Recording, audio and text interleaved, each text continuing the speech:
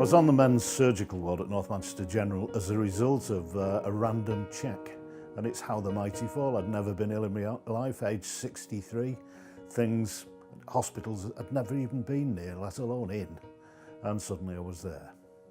And when I got on the ward, I hadn't realised that there were 26 other people on the ward with bowel cancer. But about a third, I was the youngest person there, about a third of the people had dementia or some form of other illness. And I realised I was the youngest person with bowel cancer, but it was like a Victorian workhouse setting with people who were unhappy, crying, people who were knocking their drips over. They all had one common theme, and that was that they had bowel cancer, but they also had many other things. And ageing and dementia were critical, really, for many of them. So it was a very unpleasant experience. People were receiving palliative care, but there were also end-of-life care too, you know, ultimately, and I realised as you talk round, as you do, that some people were there because they couldn't go home. One gentleman I spoke to, very interesting man, he was 83, he had been compiling crosswords for newspapers in his retirement, very bright, very articulate. And the saddest thing for me was to talk to him and say, when are you going home? Because his treatment had finished. And he said, oh no, I'll never go home. He said, because I'd have to be looked after by my elder sister, and she couldn't do it. And I then realised that for some people, that was their end base. And unfortunately, 2 nights later, that gentleman died, and died in the middle of the night.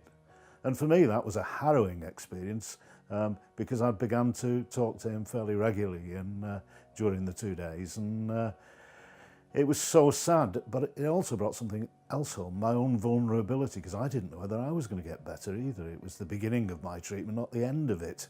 And I suppose the other thing that really frightened you was the selfishness of feeling, you know, I hope it doesn't happen to me.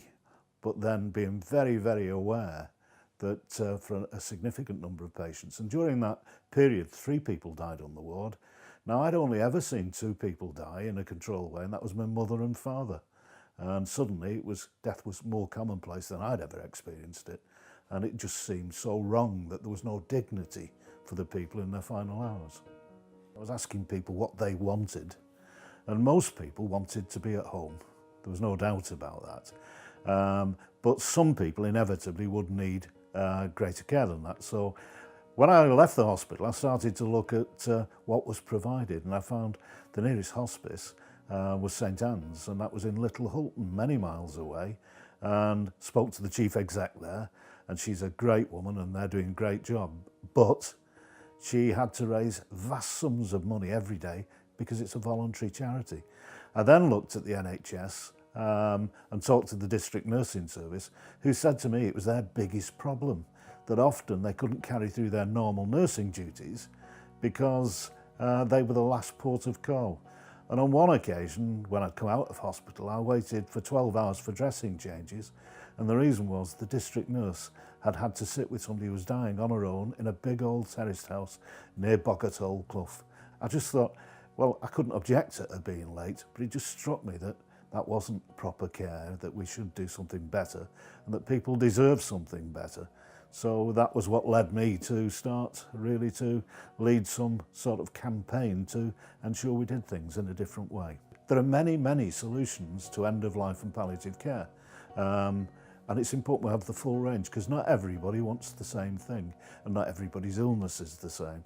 I just think the news of this partnership and Macmillan's involvement in it is absolutely critical to develop and create a proper, dignified service for the people of North Manchester. The North Manchester and Macmillan Palliative Care Support Service has involved cancer sufferers from its inception, and that now is critical to the development of the service. People who need the service are the best people to describe the service that they need.